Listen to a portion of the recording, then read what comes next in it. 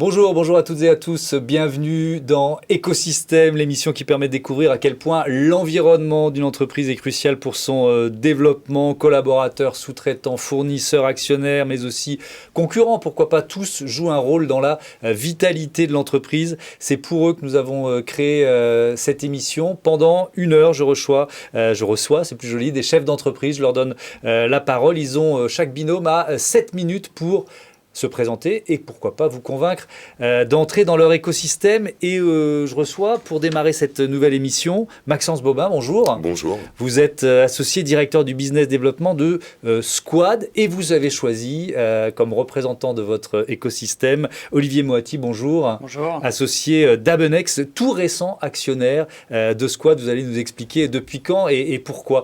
Squad, c'est quoi? On est dans la cybersécurité, c'est ça? Alors, on est effectivement dans la cybersécurité depuis maintenant 10 ans. Aujourd'hui, Squad, c'est un peu plus de 550 personnes pour 55 millions de chiffre d'affaires environ. Pour le moment franco-français, mais on y reviendra, enfin quasi exclusivement franco-français. 10 ans d'existence, ça veut dire quoi? Ça veut dire que vous êtes sur une belle croissance, 520 salariés, alors, on est sur une très belle croissance. Chiffre d'affaires 54 millions d'euros, c'est un joli chiffre déjà. C'est pas mal, c'est pas mal. On fait, pour vous donner un petit ordre d'idée, le marché de la cyber fait x2,5 sur ces 7 dernières années, à peu près, pour peser 4 milliards en France.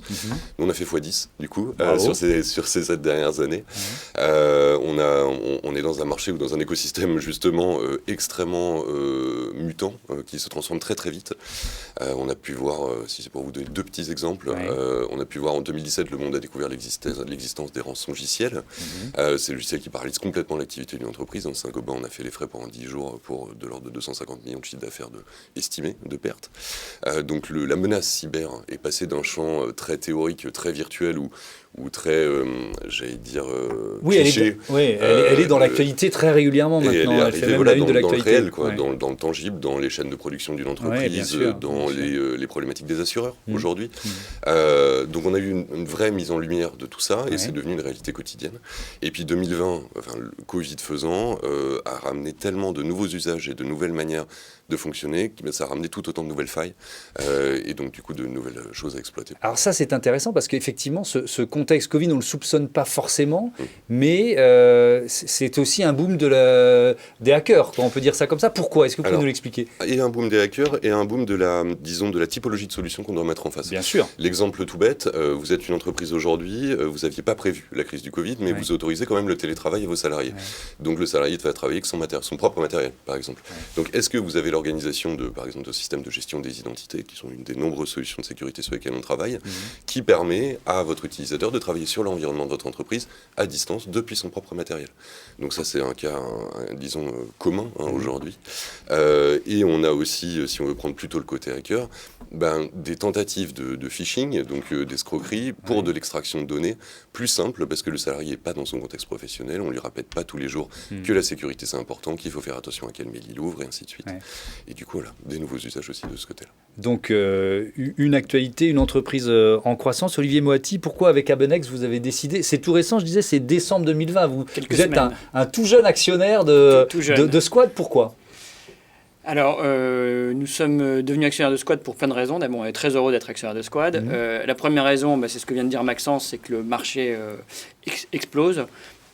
Quelles que soient les prévisions sur lesquelles on peut travailler, c'est une croissance de 10% par an pour les prochaines années, parce que télétravail, parce que l'explosion du cloud, etc.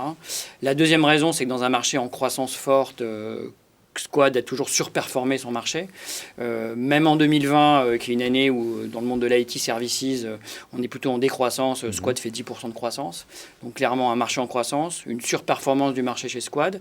Et là-dessus, une très très belle image des notoriétés auprès de ses clients grands comptes, une très belle image de marque aussi auprès des consultants et des experts, qui est un élément clé parce qu'il faut recruter, conserver les experts, les expertises, qui est vraiment le cœur du système chez Squad. Donc une belle capacité à recruter. Et enfin, nous avons eu l'occasion de rencontrer l'équipe dirigeante de Squad à maintes reprises avant de faire notre investissement. Et donc on avait une grande confiance dans l'équipe.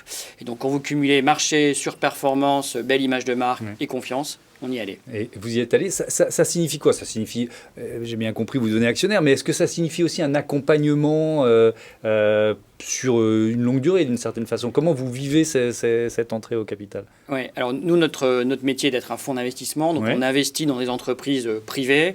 On les accompagne en moyenne sur une durée de 5 ans, avec un objectif d'accélérer et d'accompagner dans le développement. Dans le cadre de Squad, il y a plusieurs objectifs, on pourra revenir dessus tout à l'heure, mais un des éléments, c'est de développer l'international, et notamment, si possible, par croissance externe, puisque Squad est très fort en France, deux opportunités déjà ouvertes à l'international, mais pas encore de déploiement en Europe. Donc clairement, une des volontés de l'équipe dirigeante avec l'arrivée d'Abenex, c'est d'avoir des munitions financières pour les accompagner sur de la croissance externe en Europe, d'abord, dans un premier temps. Parce qu'aujourd'hui, je vois que vous êtes déjà présent en Australie, mais sinon, votre business, il est d'abord français, c'est ça? Il était d'abord français, et à vrai dire, c'était même un gage de confiance, notamment pour nos clients du monde de la défense, où c'était extrêmement important, et c'est une des raisons aussi pour lesquelles Abenex est un fonds français. C'est important qu'on soit backupé par un fonds français. Mais aujourd'hui, la menace est mondiale. Quand on voit qu'une ligne de production impactée par un ransomware en Chine va vous faire fermer des magasins d'une grande marque de luxe sur les Champs-Élysées, on se doute bien que le besoin d'accompagnement aujourd'hui ne peut plus être que local. Donc effectivement, l'entrée d'Abenex va nous aider beaucoup là-dessus. On a déjà beaucoup d'appels du pied de nos clients pour toute l'Europe de l'Ouest aujourd'hui. Et là, on est sur plus qu'un début de quelque chose, puisque les bureaux ouvrent normalement dans 15 jours au Canada. Et donc ça signifie de belles perspectives de croissance? De très belles perspectives de croissance. On est dans l'idée de tripler d'ici 5 ans, de tripler de taille.